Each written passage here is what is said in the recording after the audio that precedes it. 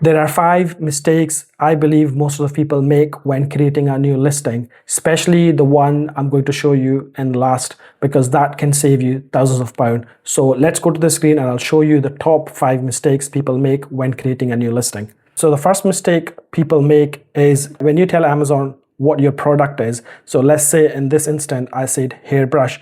Amazon will automatically select a category for me. And if you just go with that category, you could be making a big mistake, because let's say in this example that I've typed hairbrush and Amazon has automatically selected a hairbrush in pet niche. So if I'm not selling a hairbrush for pets, I could be making a big mistake here, because later down in the line, no matter what you do, Amazon will think that your product is related to pets, and this can destroy your business.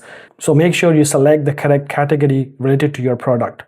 So the next mistake is very simple but can be crucial, because if you look on the left here in attributes, there are 3 options: required, recommended, and all attributes. So by default, Amazon will have it set on required, and required will only have basic information about your product. And what you want to do is you want to actually select all attributes and then go to the next page and fill up as much information as possible for your product, because this is going to give Amazon extra information about your product and gonna really boost your listing and will convert and bring more sales. So the third mistake you want to avoid is don't use Amazon AI generated content. Here you can see Amazon is pushing for people to use their AI generated content. Don't do that, because Amazon doesn't know about your product and the AI will create a random description about your product. You don't want that.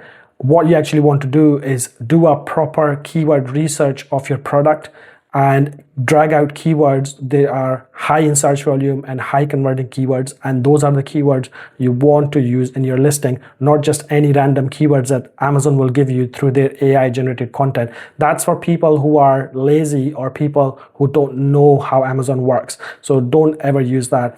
To find out the good high converting keywords or high search volume keywords, you need to use a software like Helium. I've got a discount code for Helium in the description that you can use, and you can save some money on that. So the next mistake people make is they don't set a maximum quantity order. So when you go in the offer tab, you'll see it says maximum order quantity. So what that means is, so let's say you've got 100 units sitting in Amazon FBA warehouse. So if a person tries to buy that product, they'll have option to buy that whole 100 units. You don't want people to know how many units you have in the warehouse. So what you want to do is you need to set up a maximum order quantity. So let's say I've set for 20 or 30, and then no one's ever going to buy 20 or 30 units depending on your product. So if your product is something that people will buy a lot of units, then you might want to set a higher maximum order quantity on it, but do set something. Don't just leave it blank, because if you leave it blank, your competitor will be able to check your inventory level. So make sure you set up some sort of maximum order quantity limit, then your competitor won't be able to check your inventory. And the final and the last mistake that a lot of people make that can cost them a lot of money is they don't set a release date. So make sure you set a release date. And what that does is when you send stock to Amazon, if you have not set a release date, as soon as Amazon will receive your product, until even they have not added them to your inventory, your listing will be live for people to buy. And if you are running ads, your ads will start to run and they will cost money. So people will click on your ad, they'll come to your page, but then they'll say the delivery date could be a week or 2 weeks after.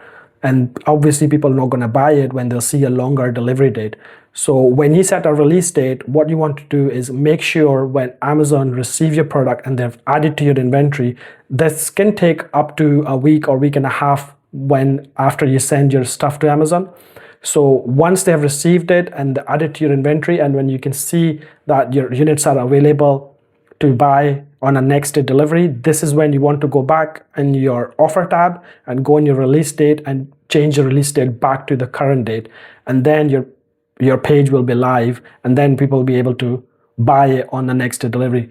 So this is quite an important point when you're creating a listing, and if you have your ads running, that Make sure you have a release date set so your ads won't run and won't cost you money. So these are the top 5 mistakes you can avoid and can save a lot of money. So I hope you found this video helpful. If you are new to Amazon and want to learn how to start Amazon, you might want to watch my video here where I show everything from start to finish, how you can start your business all the way to launching your first product. So go and watch that video and I'll see you next week. Thank you very much.